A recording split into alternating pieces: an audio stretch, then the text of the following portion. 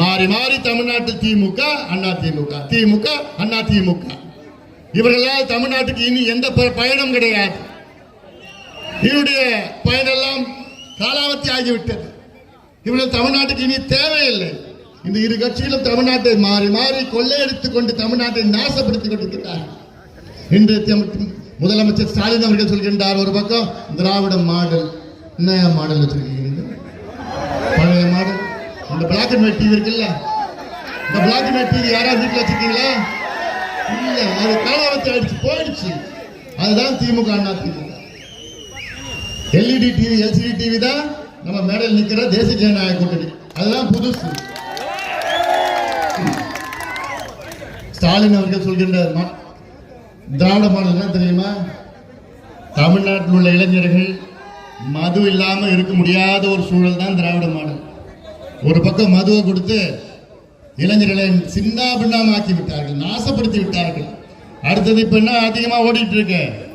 கஞ்சா, அபின், காக்கின், ஹெரோவின், LSD, அது மாத்திரம் இது எல்லா அமெரிக்காவில் இருக்கிற போதை மாத்திரம் எல்லாம் தமிழ்நாட்டில் தான் இருக்கு. அதெல்லாம் ஆளுங்கட்சி, காவல்துறை எல்லாம் தெரியும். ஆனால் நடவடிக்கை சரியான முறையில் எடுக்காத காரணத்தால் தான் பள்ளிக்கூடம் போற பிள்ளைங்கள்லாம் இன்னைக்கு போதைப் பொருள்ல சிக்கிட்டு இருக்கிறாங்க. இந்த நிலை தொடர்ந்தால் அடுத்த 10 ஆண்டுகளில் தமிழ்நாட்டில் மனித வளம் இருக்காது, ஹியூமன் ரிசோர்சஸ் எதுவுமே இருக்காது. அதெல்லாம் எனக்கு ரொம்ப பயத்தில் இருக்கிறேன். நான் ரொம்ப பயத்தில் இருக்கிறேன். இது ஸ்ரீபெரும்புத்தூர் தொகுதியில் தொழிற்சாலைகள் இருக்கிறது. திமுக ஆட்சிக்கு வருவதற்கு முன்பு ஒரு மிகப்பெரிய ஒரு உறுதி கொடுத்தார்கள். என்ன வாக்குறுதி? நாங்கள் ஆட்சிக்கு வந்தவுடன் தமிழ்நாட்டில் இருக்கின்ற தொழிற்சாலைகளில் 80 விழுக்காடு தமிழர்களுக்கு, உள்ளூர் மக்களுக்கு வேலை வாய்ப்பு உருவாக்க சட்டத்தை கொண்டு வந்தோம் என்று உறுதி கொடுத்தார்கள். கொண்டு வந்தார்களா? எவ்வளவு பெரிய அயோக்கியத்தனம், எவ்வளவு பெரிய ஏமாத்து வேலை. ஆந்திராவில் அந்த சட்டம் இருக்கு.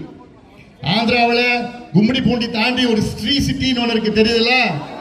அந்த ஸ்ரீ சிட்டிக்கு உள்ள போனா அங்கே வேலை செய்கின்றவர்கள் எத்தனை பேரு தமிழ்நாட்டை சார்ந்தவர்கள்? யாரும் கிடையாது. அங்க 90 விழுக்காடு ஆந்திரா மாநிலத்தை சார்ந்தவர்கள் தான். 90 விழுக்காடு. ஆந்திராவிலே சட்டம் இருக்கிறது, தெலுங்கானாவிலே சட்டம் இருக்கிறது, கர்நாடகாவில் சட்டம் இருக்கிறது, மகாராஷ்டிராவில் சட்டம், குஜராத்தில் சட்டம் இருக்கிறது. ஏன் தமிழ்நாட்டில் கொண்டு வரணும்? செய்திகளை உடனுக்குடனும் துல்லியமாகவும் தெரிந்து கொள்ள சப்ஸ்கிரைப் பண்ணுங்க.